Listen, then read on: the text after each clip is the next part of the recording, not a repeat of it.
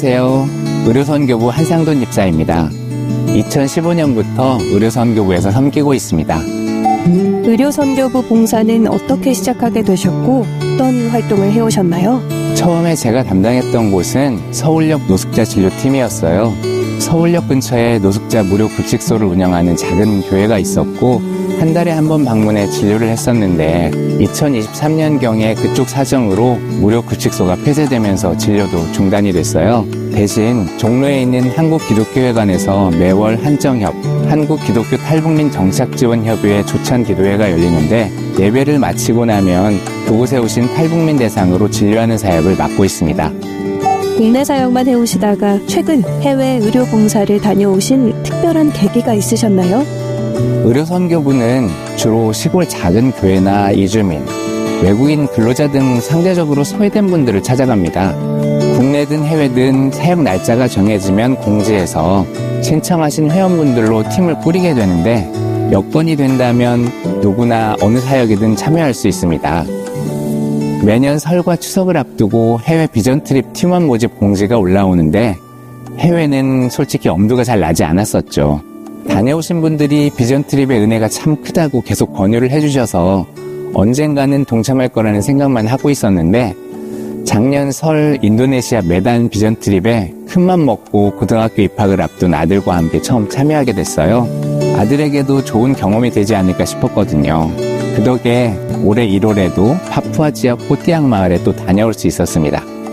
한번 나가보니 못할 일은 아니더라고요. 명절 연휴에 개인 휴가까지 써야 하는 일정인데 가족들의 반대나 어려움은 없으셨나요?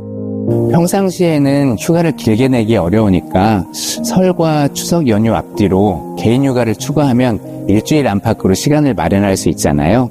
대신 명절 가족 모임에는 소홀할 수밖에 없습니다. 저는 최근 몇 번 다녀온 것이지만 어떤 분들은 수년째 명절마다 동참을 하고 계시는데 참 대단하신 것 같아요. 가족의 동의나 공감이 없으면 참여하기 어렵죠.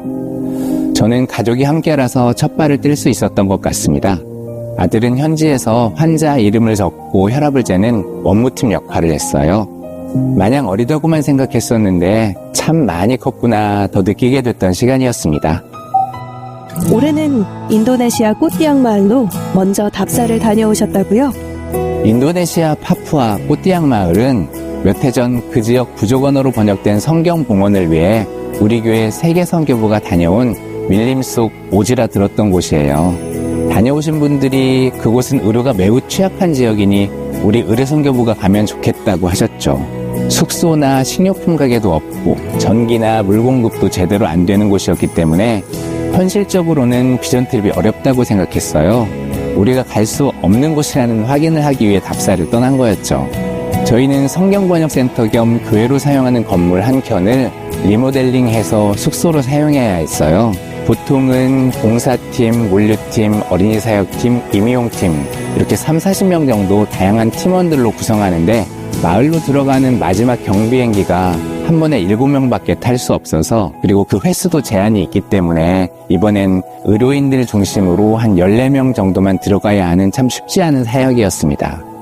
그럼에도 부장 장로님께서는 힘든 곳이지만 현지인들 입장에서 꼭 필요한 곳이다 라고 생각해서 밀어붙이신 것 같습니다. 일부는 네모반처럼 생긴 공동 숙소에서 자고 일부는 시멘트 바닥에 텐트를 치고 잤어요. 식사 준비를 위한 봉사팀이 따로 없으니 먹거리도 전부 챙겨가야 했는데 햇반이랑 카레, 김치하고 권사님들께서 챙겨주신 밑반찬으로 버텼어요. 누룽지를 물에 불려서 먹기도 하고 컵라면으로 끼니를 때운 적도 있었죠. 씻는 물은 빗물을 받아둔 물탱크에서 물을 끌어나갔었는데 중간에 물이 끊겨서 좀 힘든 적도 있었습니다. 14명이 한꺼번에 씻기에는 좀 부족했던 거죠. 그 경험을 하고 나서는 나름 룰을 정했어요. 비누칠은 얼굴만 하고 몸은 그냥 물로만 씻는다. 적도 부근이라서 덥고 습해 땀이 많이 나는 날씨였고 척박한 환경이었지만 그래도 다들 큰 불평 없이 잘 감당하셨어요. 현지에서 마을 대표자분께 특별한 요청을 받으셨다고 하던데요. 답사를 갔을 때 마을 대표자분들과 대화하는 시간이 있었는데 저희 입장에선 참 부담스럽고 감당하기 어려운 요청을 하셨어요. 정부에서 지어준 보건소가 있긴 하지만 자신들을 제대로 진료해주지 못하니 선교병원을 지어달라 그렇게 말씀을 하셨죠.